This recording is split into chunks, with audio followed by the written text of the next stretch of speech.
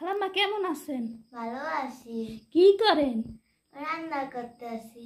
কি রান্না করেন? নিম পাতার ঝোলা করলা ভাজি। কিয়া নিম পাতার ঝোল রান্না করেন কা?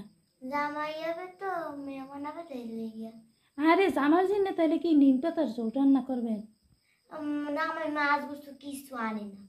এখানে এই খাওয়ামো তিনটা দিন না রাঁধতে খাওয়ামো এইবার শিক্ষা হবে যে হয় হাউটুর লেগে আনবো।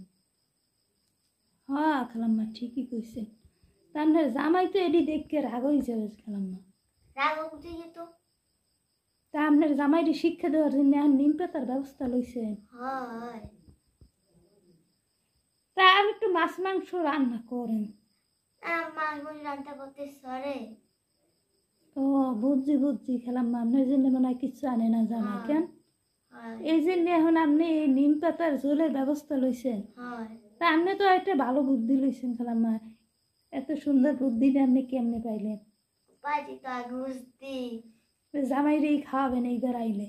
তো জামাই আইব আজকে? হয় তা আপনার মাইয়াই কি আইব না? মাইয়া আইব না? না মাইয়া আইব না, খালি জামাই আইব। ও এই জন্যই মাইয়া এলে তো এইটা খাওয়াইতে পারতেন না। হয় আচ্ছা খালাম্মা, তো আপনি একটু মাংস টাংস রান্না করেন, খালি এডিতে আপনার জামাই রাগ হয়ে যাবো গা। থাক রাখো এই খাও আজকে।